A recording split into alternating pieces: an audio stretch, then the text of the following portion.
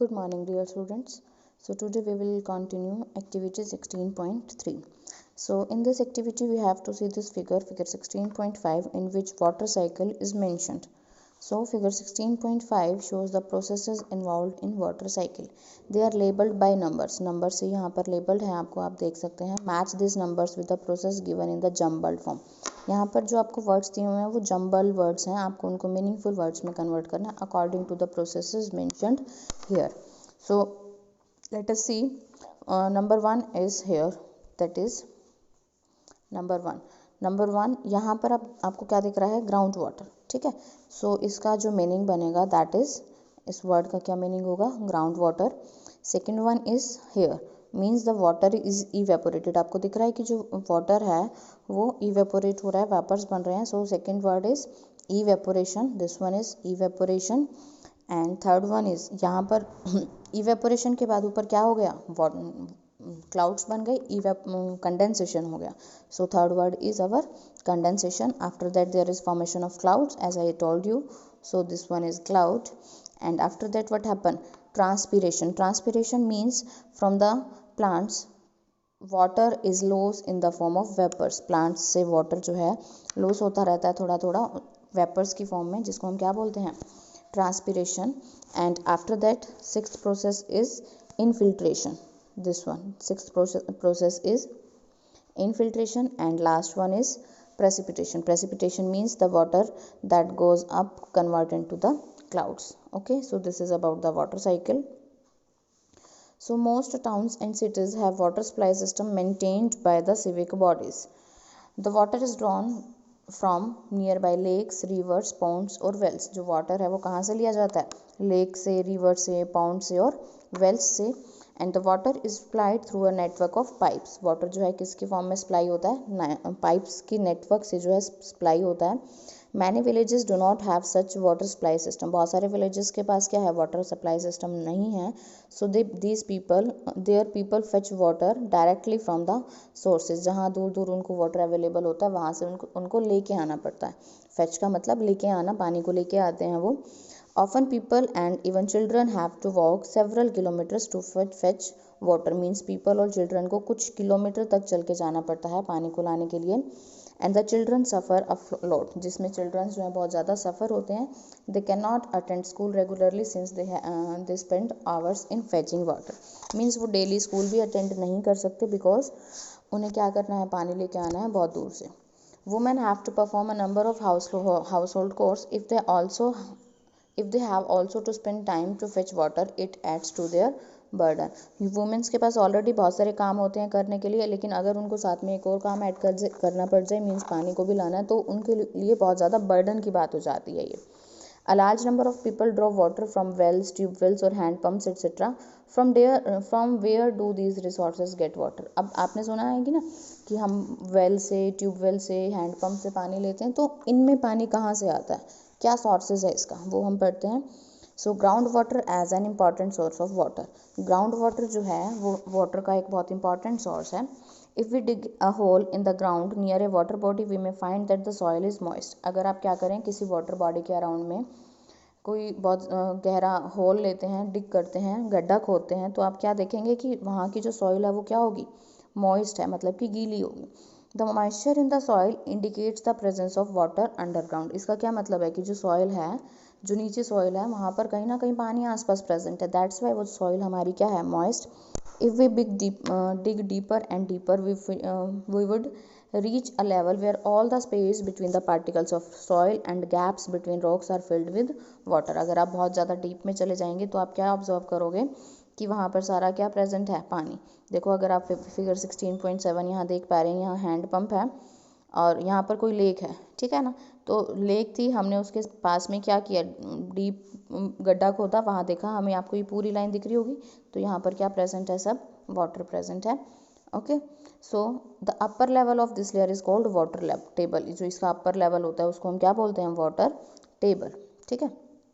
The water table varies from place to place. अब जो water table है वो प्लेस टू प्लेस वेरी करती है. कहीं पर पानी बहुत नीचे जाने के बाद होगा और कहीं पर आपको अपर लेयर में ही पानी मिल जाता है. ठीक है.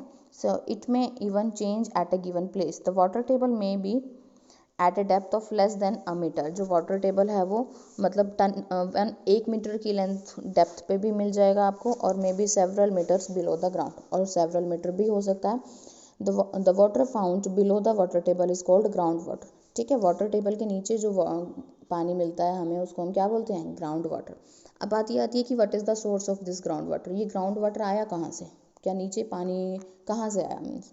So the rainwater and water from other sources such as rivers and ponds seeps through the soil and fills the empty spaces and cracks deep below the ground।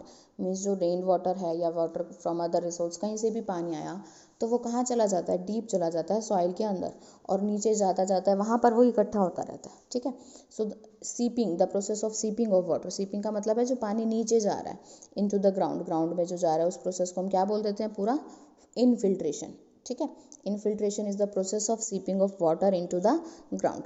The ground water thus gets recharge by this process. तो ground water recharge होता रहता है, मतलब rain जो है कुछ कुछ time में होती रहती है, रेन है या फिर पानी कहीं से भी आया जिससे वो ग्राउंड वाटर रिचार्ज होता रहता है। At places the groundwater is stored between layers of hard rock between the water table and this is known as aquifer। क्या कह रहा है ये, आप ध्यान से देखें कि ग्राउंड वाटर जो है स्टोर हो जाता है कहाँ पर, layers of hard rock between the water table, water table के बीच में हार्ड रॉक वहाँ पर जो प्रेजेंट है उनके लेयर्स के बीच में स्टोर हो जाता है, तो उसको हम क्या बोलते हैं, एक्वीफर्स। ठीक है, water in the aquifers can be usually pumped out with the help of tube wells and hand pumps. जो हम ट्यूबवेल से और हैंड पम्प से पानी निकाल रहे हैं एक्चुअल में वो एक्वीफर से आ रहा है, या फिर आप कह सकते हो ग्राउंड वाटर है।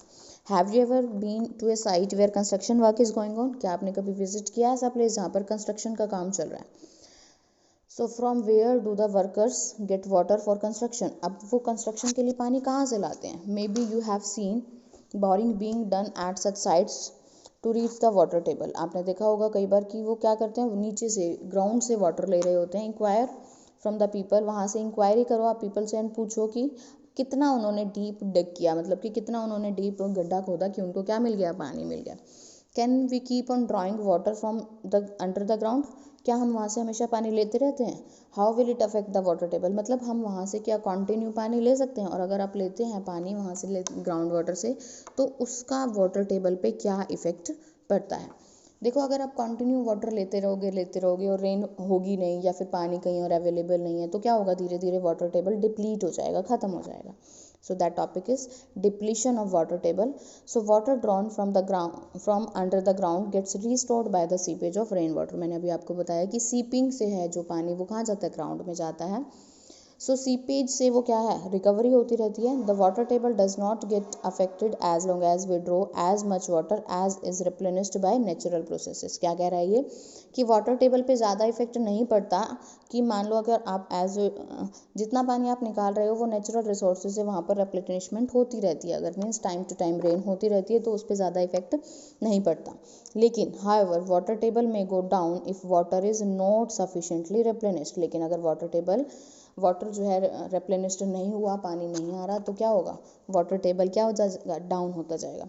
This may happens due to many reasons, किस किस रीज़न की वजह से ये हो सकता है। इंक्रीज इन पॉपुलेशन, देखो पॉपुलेशन इंक्रीज होगी तो ऑफकोर्स हमें पानी की रिक्वायरमेंट ज़्यादा होगी जिससे वाटर टेबल डिप्लीट हो जाएगा।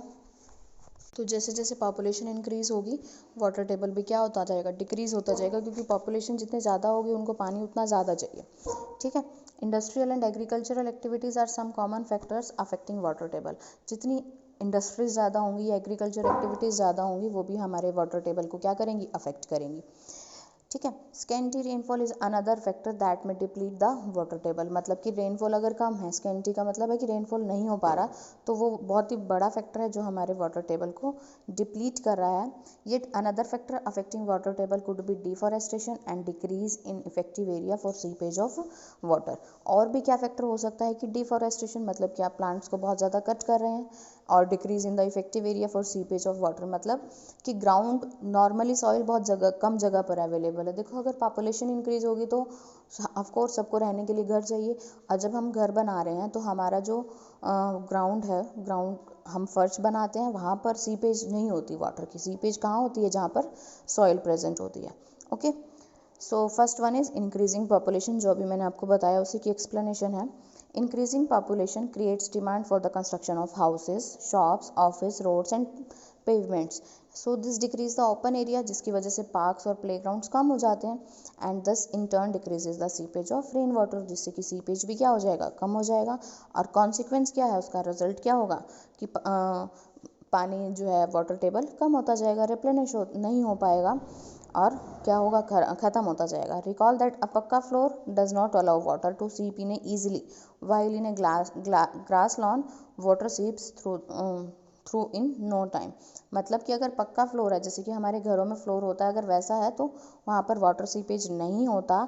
लेकिन अगर मैं बात करूँ किसी ग्रास लॉन की, वहाँ पर बहुत ईजिली वाटर सीप हो जाता है, नीचे चला जाता है।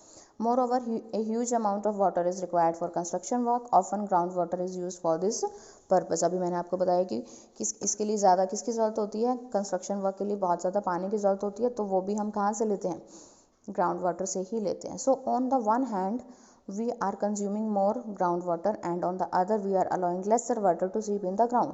कि अगर आप देखें, एक साइड तो आप ग्राउंड वाटर का बहुत ज़्यादा यूज़ कर रहे हैं, प्लस दूसरी साइड में जो सीपिंग है वो क्या हो रही है, कम हो रही है। So this results in the depletion of water table, जिसकी वजह से क्या हो रहा है, वाटर टेबल डिप्लीट हो रहा है। In fact, the water table in the some parts of many cities has gone down to alarming low levels। Means हमारे बहुत सारे cities के कुछ parts में तो बहुत ज़्यादा low level हो चुका है किसका, water table।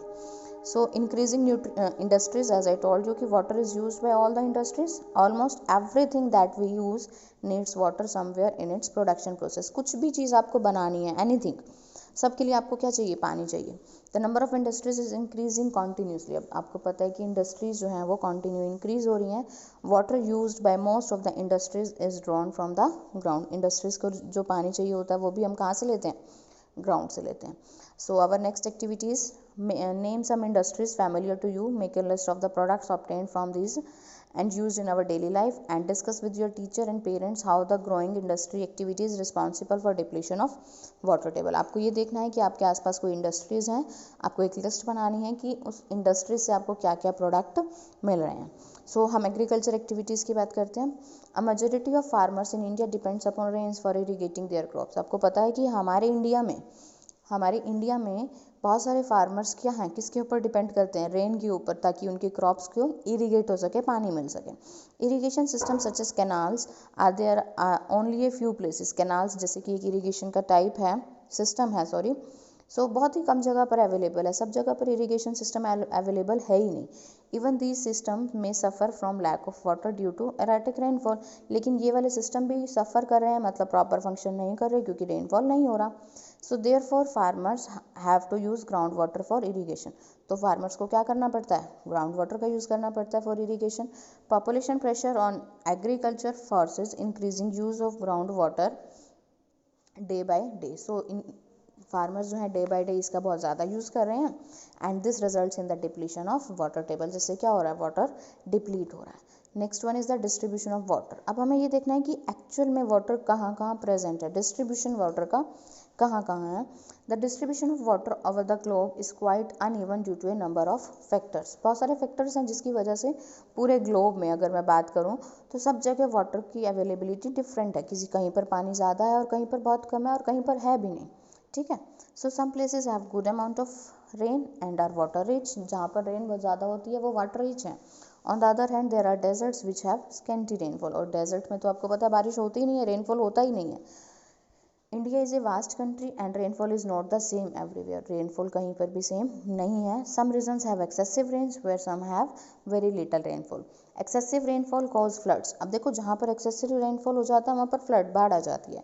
लेकिन जहाँ पर एब्सेंस ऑफ रेन होता है, रेन नहीं होती, वहाँ पर सूखा पड़ जाता है, ड्रॉट हो जाता है। So therefore some regions in our country में हैव फ्लड्स व्हाइल अदर में suffer from droughts at the same time. कि सेम टाइम पे हमारे इंडिया में कहीं पर तो फ्लड आ रही है और कहीं पर ड्रॉट की कंडीशन हो रही है, ठीक है। So now activity 16.5, given here is the rainfall map of India. आपको नीचे मैप दिया है रेनफॉल का। It gives the average annual rainfall in different regions of our country, ठीक है। सो आपको क्या करना है, locate on the map the place you live in. आप कहाँ रहते हैं आपको लोकेट करना है।